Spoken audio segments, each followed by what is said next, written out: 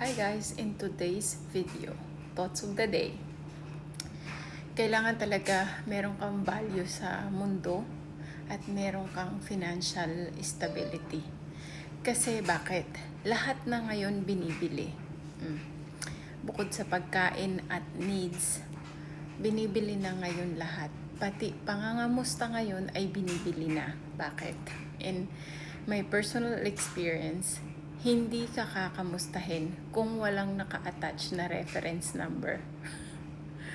Or hindi ka kakamustahin kung walang pera.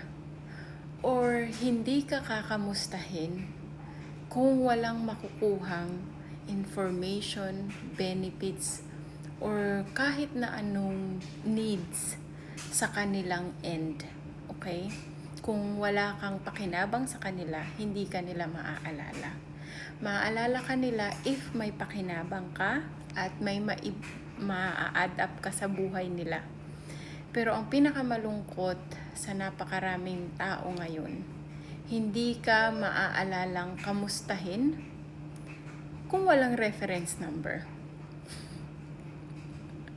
Anyway, sino yung mga nakaka-relate dyan?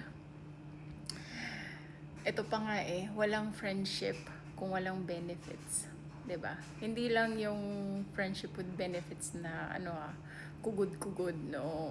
Ngayon, friendship with other things na ano yung mabibigay mo or ano yung makikita nila sa'yo, whether it's a knowledge, whether it's a financial assistant, whether it's a career or opportunity, whatever.